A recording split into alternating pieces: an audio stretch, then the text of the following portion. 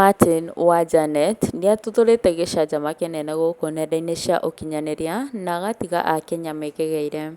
No kamũira ngĩgũtarĩria maya mothe, Ngai gũthaitha na gĩtĩo kĩnene wĩtĩkĩre gũ subscribe thĩinĩ wa channel ĩno itũ, nĩgetha ũgagĩkorwo wĩ wa mbere kwamũkĩra marĩa tũrakũharĩrĩria me mahiũ.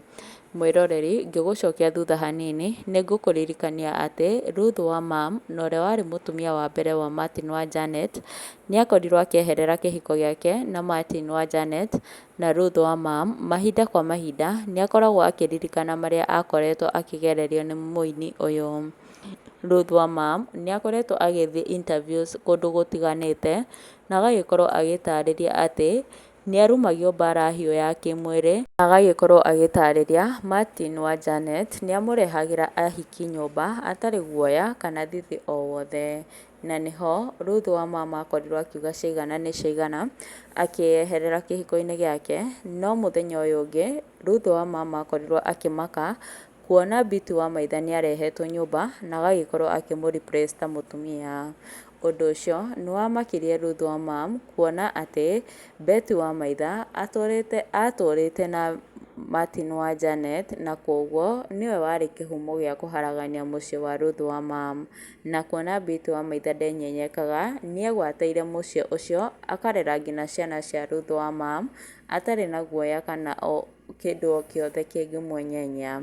Rĩu mũthenya wa ũmũthĩ Betty wa maitha nĩarĩkia gũtangatha atĩ gwa kahinda gaka nĩ mũritũ na ica ikuhĩ nĩegũgĩkorwo agĩtanahĩrwo na kana. Agerera account yake ya TikTok andĩka na kuga Ngai arokohe kĩu wĩriragĩria ona thũ cingĩgeria gũkũhinga. God is a faithful God. Na agĩkorwo akĩrekereria tũ-emoji twa wendo. Nao Akenya matinatigwo na thutha, moka kũruta mahũa mao maihũrĩtwo nĩ gĩkeno magĩkenerera gĩko gĩkĩ. Angie oka kumwĩra sasa kuzalia bwana wa wenyewe ndio kupewa kihuruko.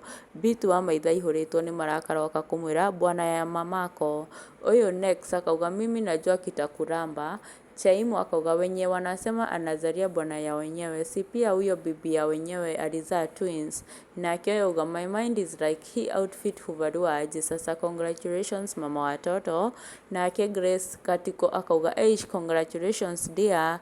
Shiro akauga congratulations girl, look how our God is faithful.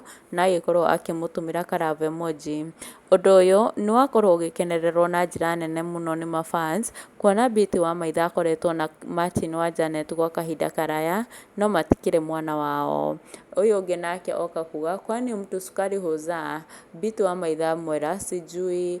Nake ũyũ wa boy akamwĩra ujue Dek ni wewe tunaachia watoto wetu.